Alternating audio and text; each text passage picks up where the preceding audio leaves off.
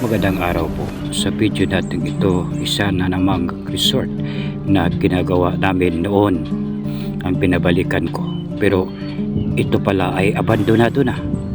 Dito, hindi ko malalimutan ang mga kababalaghang nangyayari sa panahon na ginawa namin ito.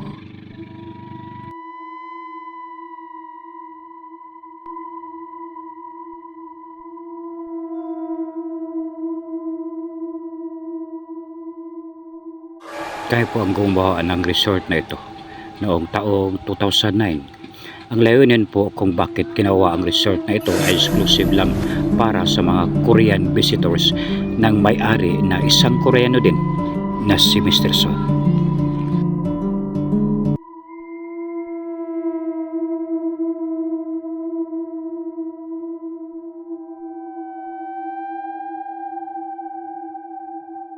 Si Mr. Son ay lampas 40 anyos na sa taong ito at ang namamahala sa paggawa ng resort na ito ay ang nagngangalang MG.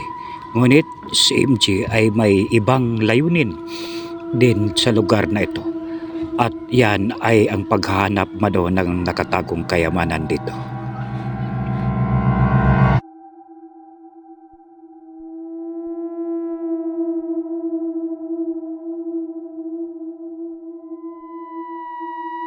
Noong inumpisahan na namin ang hukayit ang paglalagyan ng swimming pool dito, sinabi nila na dahan-dahan lang po daw ang paghukay dahil baka may magalit po na mga ligaw na espiritu na nakatira sa lugar na ito.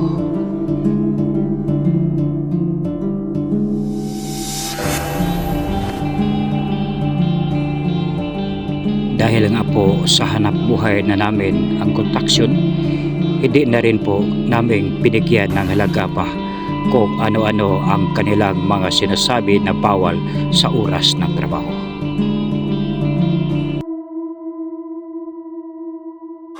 At dyan po sa malaking bato na yan sa gitna, dyan po daw nagtatago ang mga kayamanan na hinahanap nila at mayroon daw pong nagbabantay sa paligid ng bato na yan.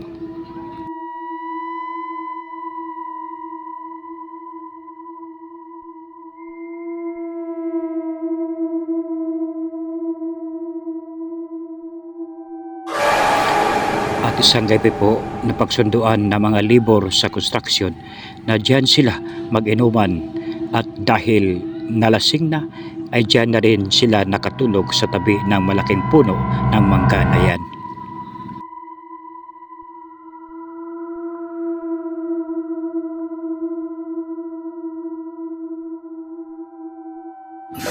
Nang mag-alas 2 na ng umaga, lumipat sa aming barracks ang dalawa sa mga nakatulog sa tabi ng puno na yan.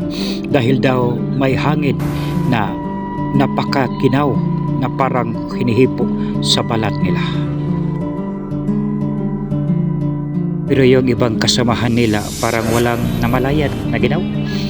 Kaya napalipat sila. Pero nang palakad sila ay nakita nila na nagliwanag ang simentong sirena na ito. Kaya pala nagtatakbo sila sa barracks namin.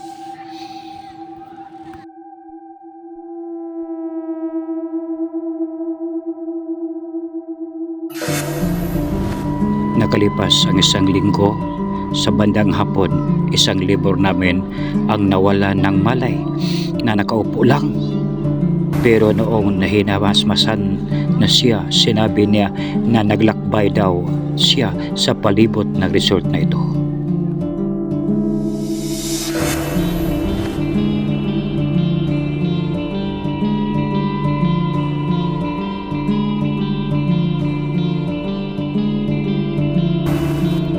At laking gulat namin dahil sinabi niya na totoong maraming nakatingin sa amin palagi habang kami nagtatrabaho at isang babae daw ang kanilang pinuno.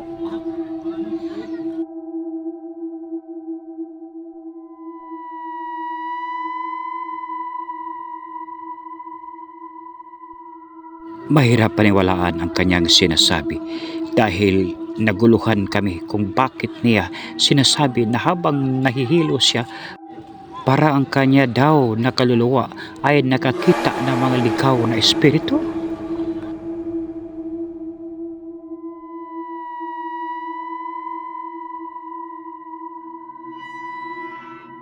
Paglipas na 3 araw, kinagabihan nagkagulo ang mga trabahador at tinanong namin kung bakit.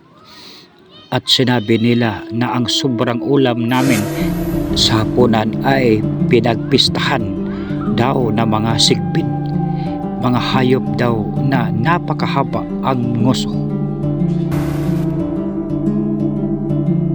Kaya may mga trabahador na rin na huminto sa pagtatrabaho dito dahil sa takot. Hanggang isang gabi, nakakarinig kami ng isang babae na sumisigaw at hindi naman namin alam kung saan. Pero nang suriin nila sa swimming pool daw nagmula ito.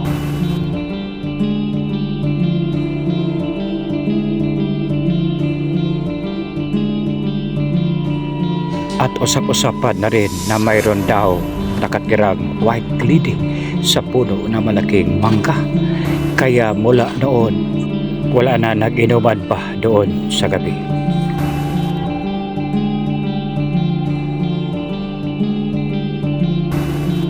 Ang ibang kasamahan namin ay umuwi na bawat hapon at hindi na sila nag-stay dito. At may nagsabi na marami palang mga yungib sa baba ng bundok na ito. At ang mga tao dito ay sanay na rin daw sa mga naririnig nila at nakikita.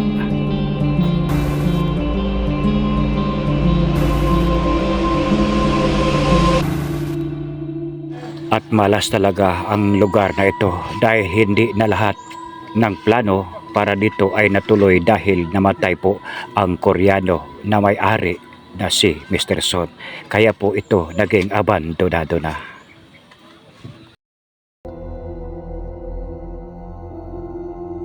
At sayang ang resort na ito dahil mula dito tanaw po ang dagat at mga isla. At kung sino man ang nakabili dito, sana maisipan nila na buhayin muli ang resort na ito dahil sayang po ang pwesto pang turista.